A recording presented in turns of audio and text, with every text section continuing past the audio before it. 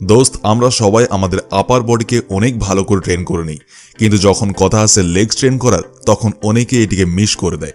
কিন্তু যদি আপনার আপার বডির সাথে সাথে আপনার লেগসও ভালো মতো প্রপার শেপে থাকে তাহলে একটি পারফেক্ট বডির গঠন আপনি পেয়ে যাবেন। আর সাথে লেগস ট্রেন করা আমাদের বডিতে টেস্টোস্টেরন লেভেলকে বাড়িয়ে দেয়, যেটি আমাদের ওভারঅল বডি গ্রোথের জন্য অনেক জরুরি হয়।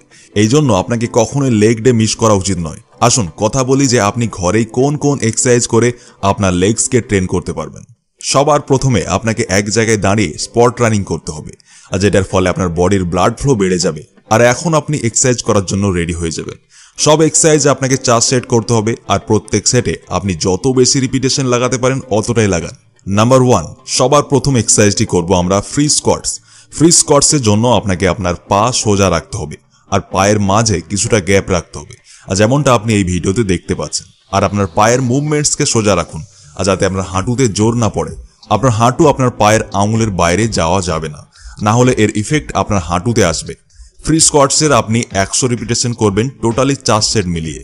দ্বিতীয় এক্সারসাইজ আমরা করব ক্লোজ লেগ সেটআপ। এই ব্যায়াম আপনার ফ্রন্ট লেগসকে ট্রেন করবে। এতে আপনাকে আপনার কাঁধে কিছু ভারী ওজন নিয়ে নিতে হবে। এর জন্য আপনি কোনো ব্যাগের ব্যবহার করতে পারেন। ব্যাগে কিছু ওজন দিয়ে এই এক্সারসাইজকে করতে পারেন। পায়ের পজিশন আপনি ভিডিওতে দেখতেই পাচ্ছেন। সঠিক নিয়মে এই এক্সারসাইজকে করুন। আপনার পাকে মুভমেন্টসকে সঠিক রাখুন, আর এর আপনি 4 সেট করবেন। প্রত্যেক সেটে আপনি কমসে কম 25 রিপিটেশন করবেন।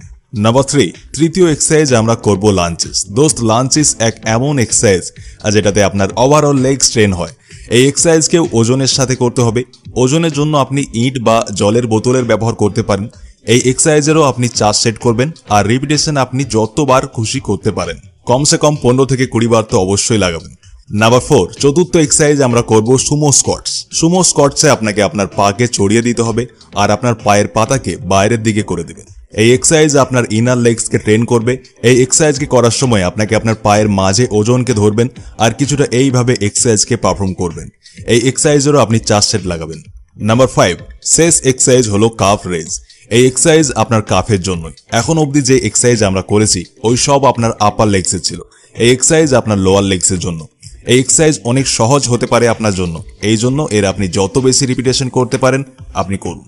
আপনাকে আপনার পায়ের কাপসে চাপ ফিল করাতে হবে। 4 সেট করবেন এই এক্সারসাইজের, আর ম্যাক্সিমাম রিপিটেশনের সাথে।